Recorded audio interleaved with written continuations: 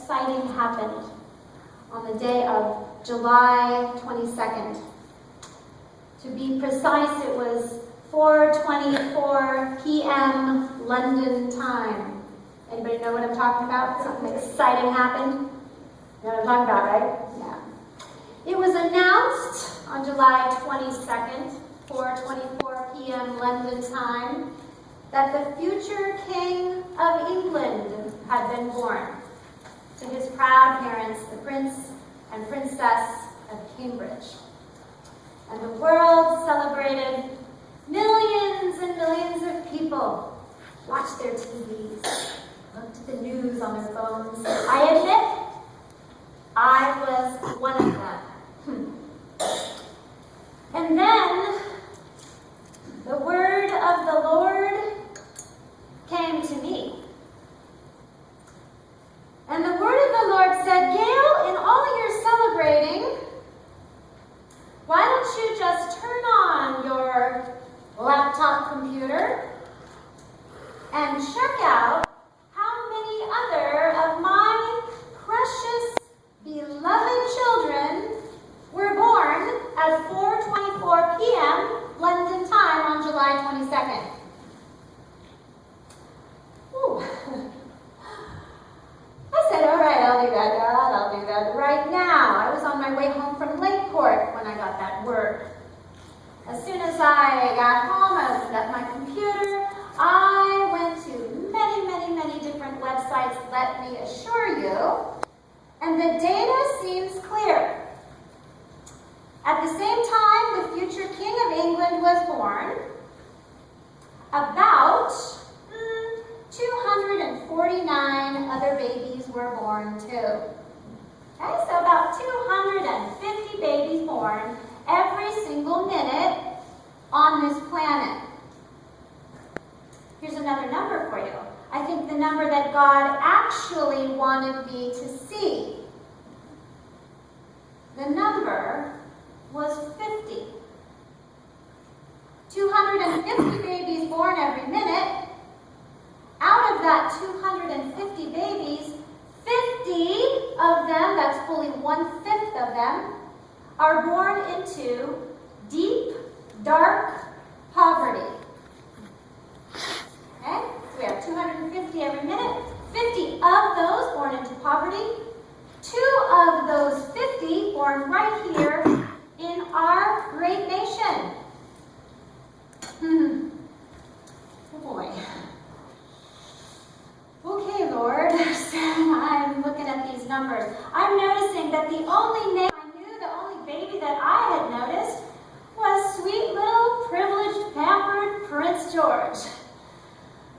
I didn't know any of the other names. I certainly didn't know any of the 50. I probably never will. Most of us probably never will. Most of them will not grow up to be kings and queens. Most of them will probably suffer from lack of food. Most of that 50 will probably suffer from lack of health care. Most of that 50 will probably suffer from lack of education, if they even have any, lack of parents, lack of a decent opportunity to make a living for themselves. I mean, the list goes on and on, but it was clear what a contrast between that 1 and that 50. And then, that was the context that I approached this book of Isaiah, this chapter in particular, some of which Meredith just read to us. Not real happy words, but I looked at it and I realized, you know what? We cannot underestimate the placement of that prophet and that chapter in particular. Because you see, there are a full 17 books of the prophet in our Old Testament, or the Hebrew Bible as it's called. 17 of them. And a long time ago, the scribes and the other editors, with the help of our God, had to make a decision which prophet prophet would lead the pack of the other 16. And they chose Isaiah. We had the Song of Songs coming right before it, right? Oh, so delightful with gardens and gazelles and honey. Ooh, have you read the Song of Songs? It's wonderful. And then Isaiah. It's clear. This is God's meat and potatoes right here, especially in this chapter. Make no mistake. It's not just there because Jesus will be predicted, right? His birth, the birth of the Messiah comes in Isaiah. Jesus will interpret Isaiah again and again in the Gospels when he condemns the wealthy for preying on the poor. Jesus will interpret Isaiah when he teaches about caring for the least of these and the consequences for not doing so. That comes in Isaiah. This is so important. And we heard, when Meredith read those words, we heard a furious God.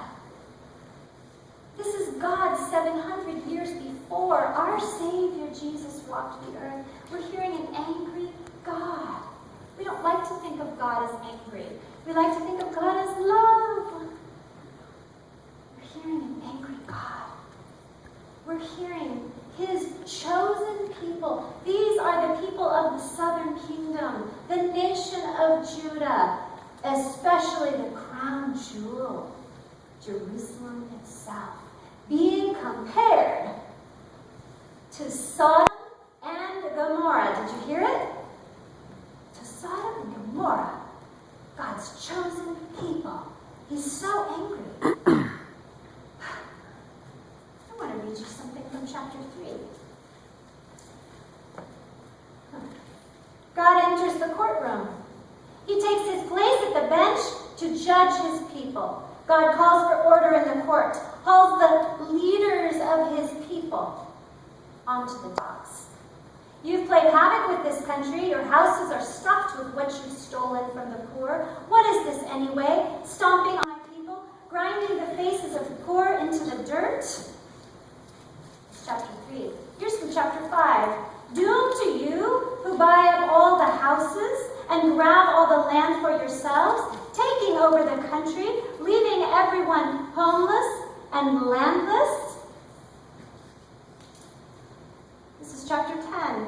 Doom to you who legislate evil, who make laws that make victims, laws that make misery for the poor, that rob my destitute people of dignity, exploiting defenseless widows, taking advantage of homeless children. What will you have to say on Judgment Day when doomsday arrives out of the blue? You see, Sodom and Gomorrah were notorious for violence, for inhospitality, for maltreatment of the weak, of the vulnerable, of the stranger. And that's what was happening in Judah. At this time, there was a king named King Manasseh, and he was making sure to pave the way for all of the wealthy and the powerful and the privileged, including the priests in the temple, to trample on those weaker than them so that they could fill their coffers. And God cannot stand it. In fact, he's turning away. You know, Isaiah himself had 2 little babies. What their names were? They didn't get nice names like George. No. One of Isaiah's little boys was named Hasten for the Spoil, Hurry for the Plunder. That's cute. The other one, Only a Remnant Will Survive. Can you imagine? Look, Isaiah has a son, a new baby. What's his name, Isaiah? Only a remnant will survive. Yeah. See, those names spell doom and gloom for a culture that was decaying from within, essentially from the top down, because they had forgotten God cares more about compassion than he cares about worship.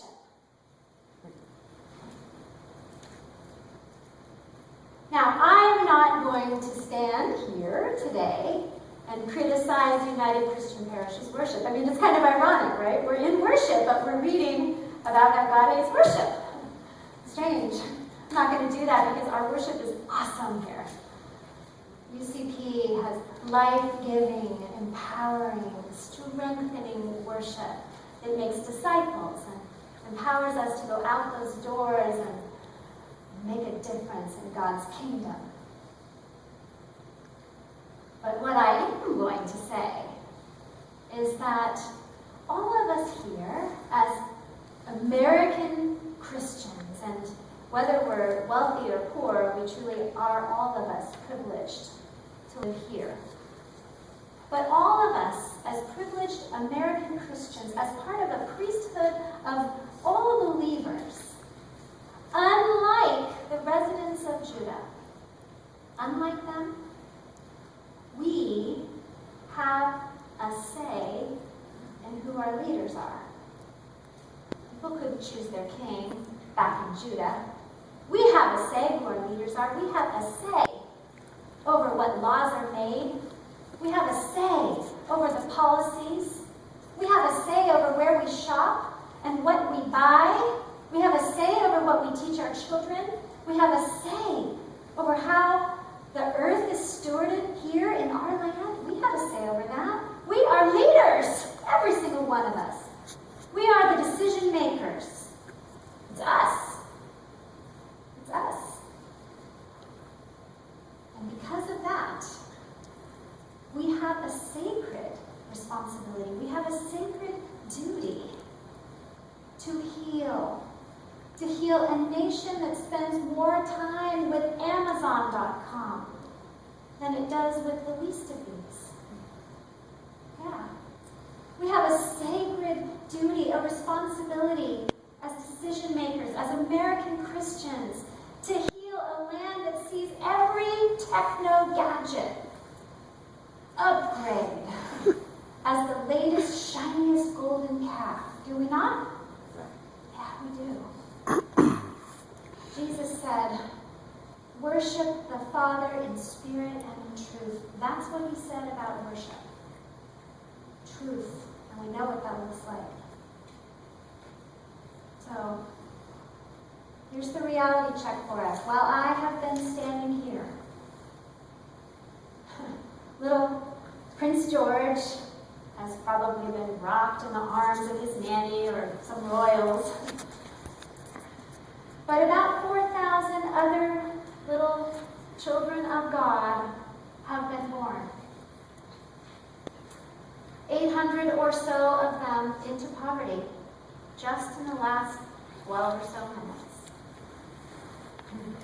Now we don't, but God knows the names of every single one of those children of his own. How could he not? His own son, remember, was one of them 2,000 years ago. His own son, our Savior, is with every one of them now. Most intimately with that 50 born into poverty. And believe it, the Savior is waiting for us to open our eyes to them. He's waiting for us to notice them, to know their names, to make our worship matter, so that we can do things outside of these doors that afford dignity and opportunity for ourselves, yes, but also for them, for him, because he's among them. And he's waiting for all of us here to know every one of God's children by the same name that his Father uses most intimately 50 times every minute. That name is your name and my name. The name is beloved.